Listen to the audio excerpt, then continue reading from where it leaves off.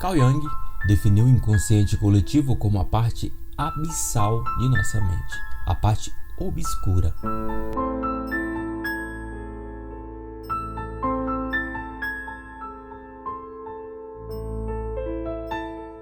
Essa região seria construída por informações e impressões herdadas pela família e indivíduos de fora, sendo ele um campo para guardar ideias preconcebidas. Assim, ainda que desenvolvamos ele de uma forma indireta, é nesse lugar onde se encontram nossos traços mais íntimos. O inconsciente coletivo é a parte que não sabemos sobre nossa própria existência. Dessa forma, comportamentos, sentimentos e impressões que não controlamos de uma forma consciente residem nessa parte, e lá eles se encontram seguros, já que somos incapazes de encontrar eles sozinhos. Contrariando Freud, que afirmava que isso era alimentado por vivências pessoais, Jung propôs que se tratava da história da própria humanidade. É um absorvente natural de arquétipos avulsos, independente de quem seja, família ou não. Absorvemos e canalizamos em nós o consenso do grande coletivo externo. Para alcançar essa convivência, devemos estudar a nossa própria história, seja em livros, filmes, até em relatos. Nossa vivência, mais ou menos, não se assemelha à de alguém? Ainda que não conheça algo, você consegue assumir a forma daquele objeto em sua mente? Para entender melhor, pense em um local que você nunca foi, mas imagina como ele é. Ainda que não lembramos por completo, nossos sonhos são boas ferramentas para esse estudo. Por meio deles, conseguimos identificar uma âncora com uma comunidade. Por exemplo, conseguimos ir lá sem ter ido lá. Por meio deles, também, sua mente alcança informações que interligam essa realidade confusa e, portanto, inconsciente com o nosso plano de realidade.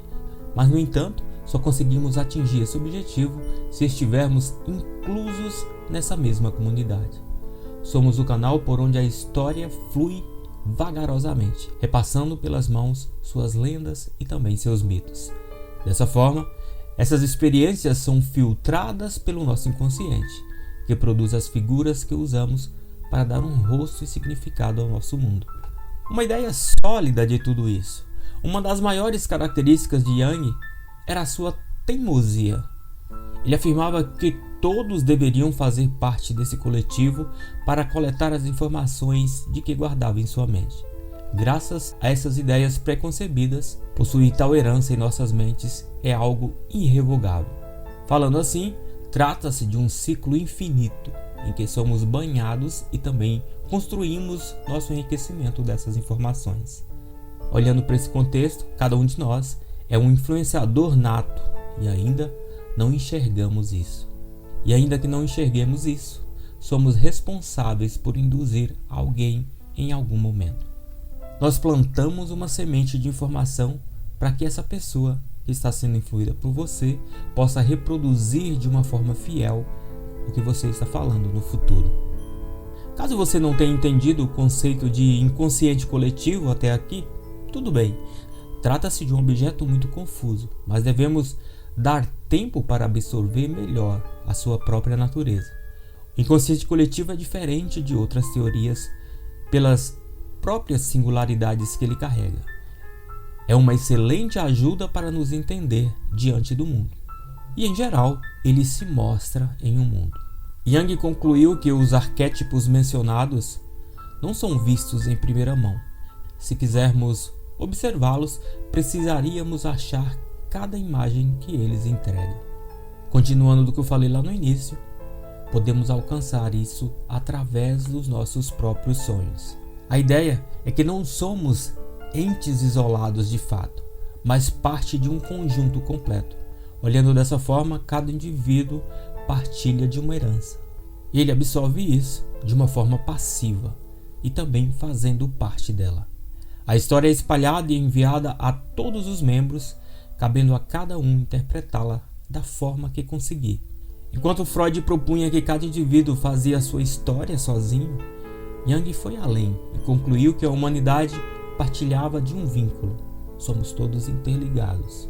Contudo, ele também afirmou que esse indivíduo social completava o que ele é no pessoal. Assim, se os sonhos refletiam a nossa realidade pessoal, enquanto dormimos, também pode refletir algo que foge de nossa vida para uma realidade mais ampla. Olhando dessa forma, ampliando a ideia de inconsciente para os demais membros da sociedade, ele acaba incluindo o inconsciente coletivo. E com todas essas ideias, Jung foi além do propósito da teoria de Freud. Ainda que precise de muito tempo para ser absorvida, a teoria do inconsciente coletivo pode ser entendida por todos. Basicamente, o consenso geral da humanidade nos passou uma representação de um objeto, mesmo sem conhecê-lo. E a partir de agora eu vou dar alguns exemplos do seu inconsciente coletivo. Um deles é a figura de Deus. Ninguém nunca viu a figura de Deus.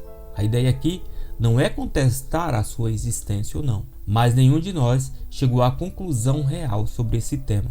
Para interpretar essa ideia de forma que todas as pessoas pudessem entender, os nossos antepassados alcançaram a ideia de um homem, velho e branco, para condensar essa figura. Assim, quando muitas pessoas rezam, procuram mentalizar essa imagem para entrar em contato com ele. Um outro exemplo seriam as cobras. Durante milênios, a cobra foi tratada como um símbolo de traição, esperteza e medo pela própria humanidade. Ainda que seu significado mude conforme a região, fomos induzidos a temer esse animal.